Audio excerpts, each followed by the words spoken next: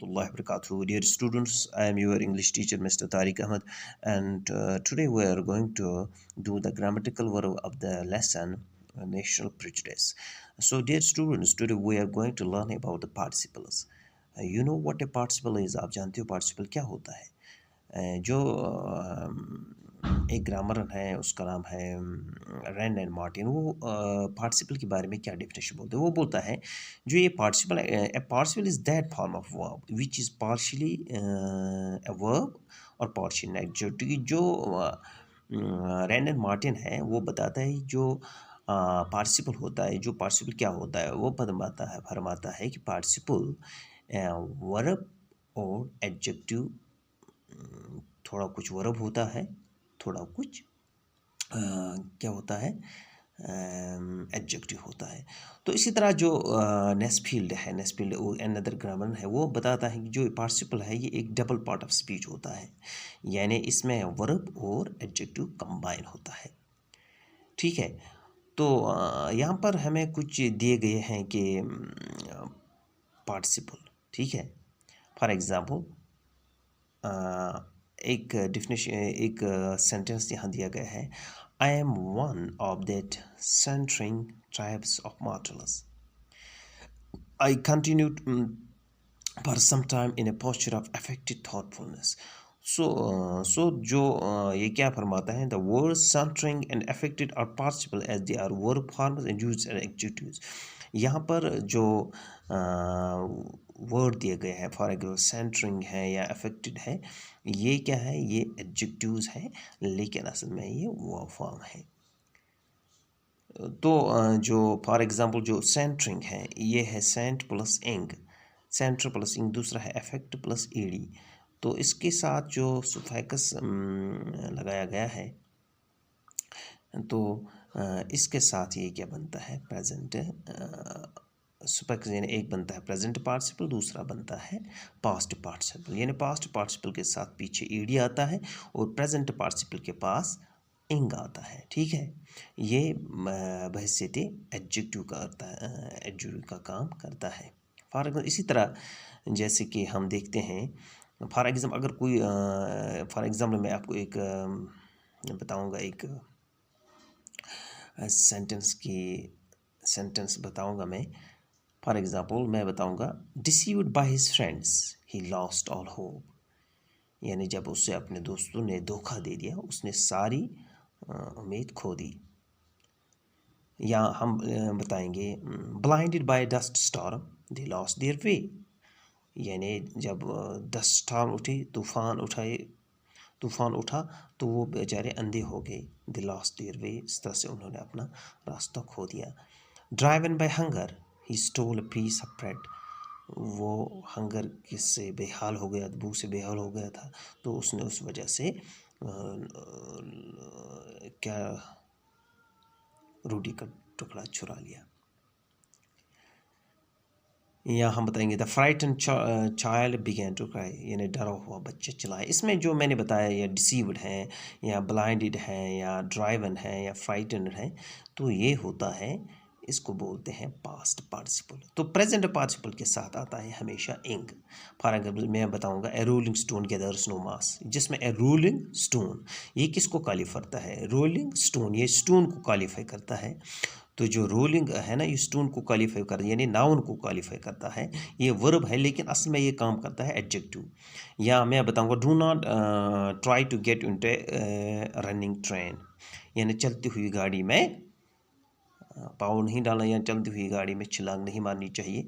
जो ये running train है, ये यहाँ ये रन प्लस इंग है, हमें लगता है ये क्या है, ये वर्ब है, नहीं असल में ये वर्ब नहीं है, बल्कि एडजेक्टिव है, क्योंकि ये ट्रेन को क्वालिफाई करता है।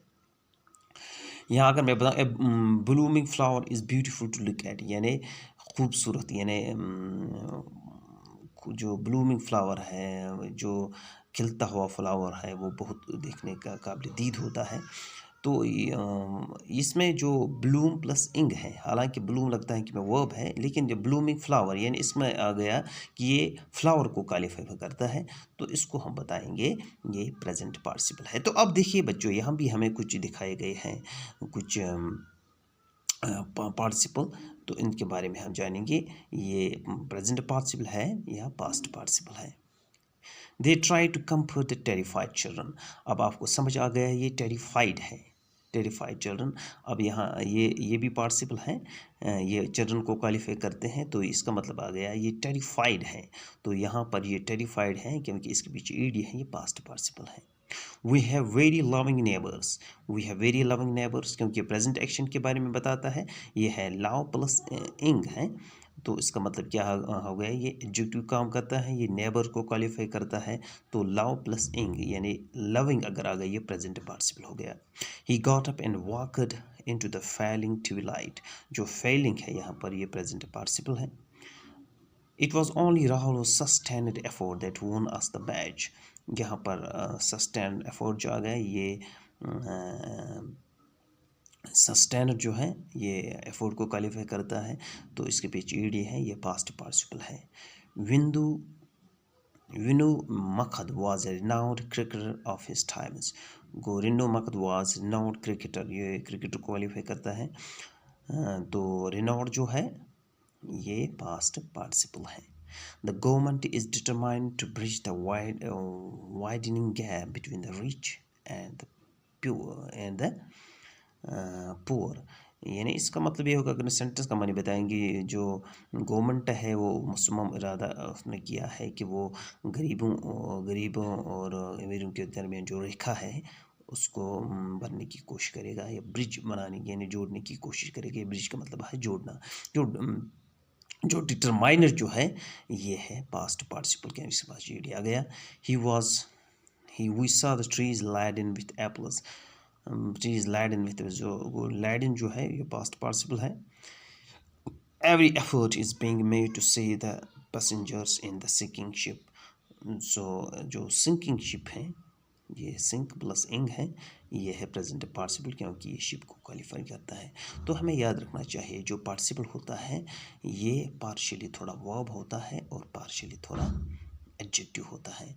तो इसीलिए अगर आप मैं बताऊंगा आपको डेफिनेशन याद रखनी चाहिए, तो इसकी डेफिनेशन ये है, यानी इसका डेफिनेशन है a participle is that form of the verb which is partially a verb and partially a adjective.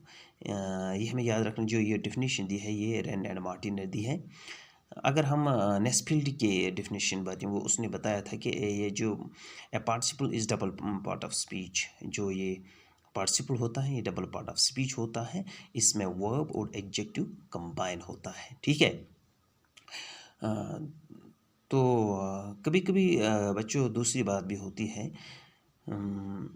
इसमें यानी प्रेजेंट पार्टिसिपल और पास्ट पार्टिसिपल को मिलाते भी हैं, यानी प्रेजेंट पार्टिसिपल उसके साथ ही पास्ट पार्टिसिपल भी होता है, तो उसको बोलते हैं हम perfect participle. For example, having rested a while we continue our journey, having rested यानी कुछ समय के लिए हमने रेस्ट किया, उसके बाद हमने अपना सफ़र जारी रखा। सो हैविंग रेस्टेड, इसमें हैविंग जो है ये प्रेजेंट पार्टिसिपल है और रेस्टेड है ये पास्ट पार्टिसिपल है। तो ये हैविंग प्लस रेस्टेड यानी प्रेजेंट पार्टिसिपल प्लस रेस्टेड ये पास्ट पार्टिसिपल है, तो इससे बोलते हैं परफेक्ट पार्टिसिपल। तो ये भी प्रेजेंट पार्टिसिपल में आता है, या इसको परफेक्ट पार्टिसिपल बोलते हैं। या हम दूसरे एग्जांपल लेंगे, having been notified by the court he approached by the before the court. तो हैविंग बीन नोटिफाइड, जो हैविंग बीन जो है हैविंग और नोटिफाइड जो है ये हैविंग प्रेजेंट पार्टिसिपल है, नोटिफाइड पास्ट पार्टिसिपल है, तो इन दोनों को मिलाकर हम बताते हैं ये है परफेक्ट पार्टिसिपल। सो हमें इन चीज़ों को याद रखना चाहिए, जब दो पार्टिसिपल आएंगे एक सेंटेंस में तो हम उससे बोलते हैं ये परफेक्ट पार्टिसिपल है।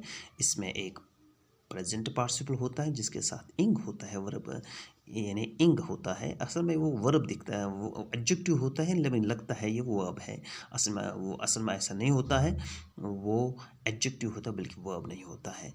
तो इसी तरह हम इससे पहले भी हमने बात की, जो पार्टिसिपल होता है ये क्या होता है, ये हाँ, ये एडजेक्टिव होता है।